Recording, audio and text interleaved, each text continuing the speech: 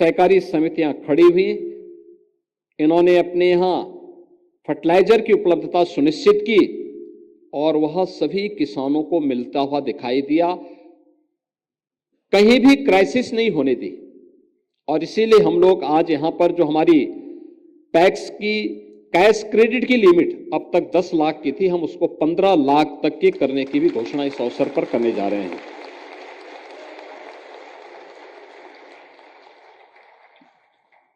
मुझे बताते हुए प्रसन्नता है कि किसी भी अर्थव्यवस्था की जान छोटे स्तर पर वितरित होने वाले लोन से तय की जा सकती है। बड़े उद्यम के लिए उसकी अपनी आवश्यकता है, उसके अपने सोर्स भी हैं, लेकिन उसकी आधार भी एमएसएमई बनती है या छोटी इकाइयां बनती है। अगर छोटी इकाइयां नहीं होंगी, कोई बड़ा उद्यम सफल नहीं हो सकता। और बैंक की डिपॉजिट और क्रेडिट लिमिट में एक संतुलन भी होना चाहिए। जैसे खन्ना जी कह रहे थे, हम लोग जब आए थे तब उत्तर प्रदेश का जो सीडी रेशियो था 2017 में, यह 44 से 46 के बीच में था। कुछ जनपदों में तो बहुत ही खराब स्थिति थी, बहुत खराब स्थिति थी। और आज मुझे बताते हुए प्रसन्नता है कि हम प्रदेश भर में इस सीडी रेशियो को बढ़ा करके 61% तक तो हम लोगों ने पहुंचा दिया है। और वर्तमान में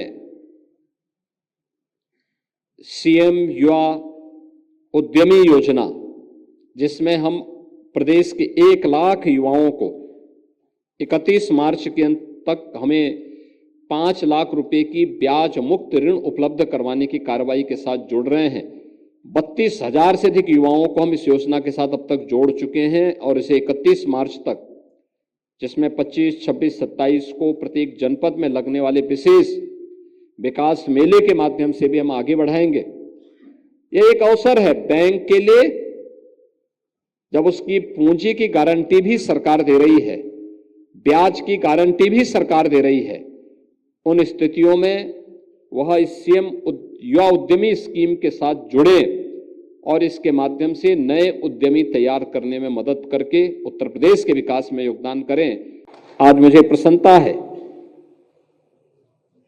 कि उत्तर प्रदेश के अंदर हमारे जिला सहकारी बैंक 50 में से 49 अब लाभांश कमाने की स्थिति में पहुंच चुके हैं। खन्ना जी चूंकि कोऑपरेटिव के पता नहीं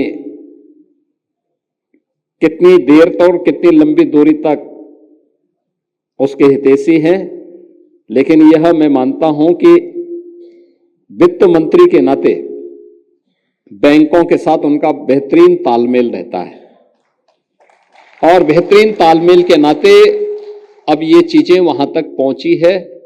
मैं इसके लिए कोऑपरेटिव क्षेत्र से जुड़े हुए आप सभी महानुभावों को हृदय से बधाई देता हूं।